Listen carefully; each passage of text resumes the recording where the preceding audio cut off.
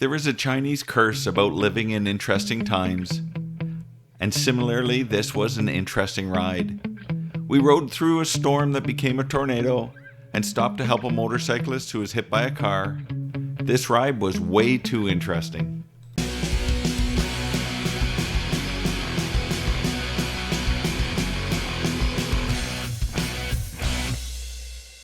Hello friends, Tiger Coward here. Welcome to the final day of Tiger Barb's August Odyssey 2023. And what a day it was. Stay tuned because this was a good one.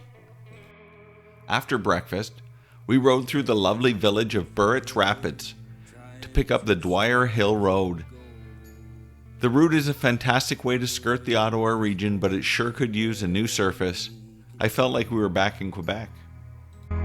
Canyon fever when the nights grow cold and the longer days crawl deep inside your bones. Keep your head up, there's plenty of eyes watching from the hills, just like us, ready and aim to kill. I drag these chains, keep pulling them slowly closer to the grave. I drag these chains, keep pulling them slowly until I break. Canyon fever rode through this one-horse town, shot the lights out, left her lonely without a sound. Canyon fever is a moonlit bottle on the shelf. Blow the dust off, make the sign of the cross, and drink into a spell. Keep your head up, there's plenty of eyes watching from the hills. We jogged around a few spectacularly beautiful back roads before finally reaching Calabogie. Once there, we had a quick pit stop and put on our rain gear. The sky was looking super ominous and the weather radar showed a massive storm heading our way. These chains keep pulling them slowly until I break. I've been passing out, God.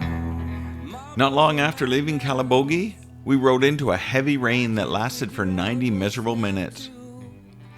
The miserable bit was my own doing, because I packed the old Frog Togs rain gear instead of my more reliable one-piece Revit Pacific rain suit. There are several stupid reasons that I did this, but the end result was that I was soaked through to my underpants by the time we reached sunny Bancroft. Later we learned that storm had become a tornado.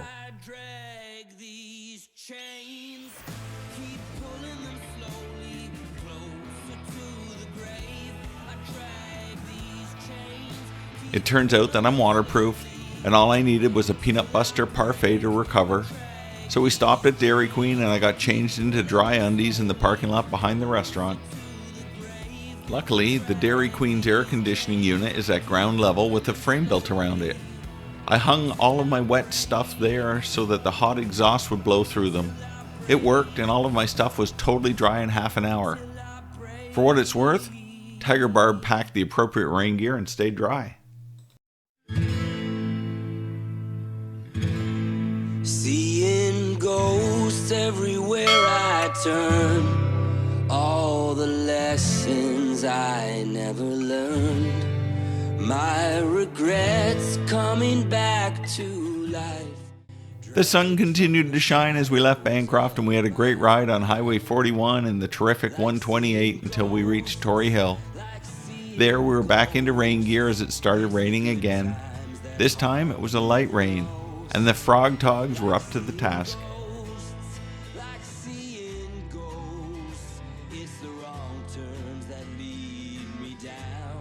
Not long after the rain stopped, we came across an accident in the village of Norland. There was a wrecked motorcycle in the middle of the road and an injured biker not far from it. There were a few people at the scene, but none had a first aid kit. I carry one when I travel, so I went up and offered assistance. As I began speaking to our fallen brother, a person arrived and said that she was a first aid instructor and asked if she could help. I was happy to step aside. The bike was leaking gasoline onto the road and I walked over and turned it off. As I did that, we could hear the sirens of the local volunteer fire and rescue trucks.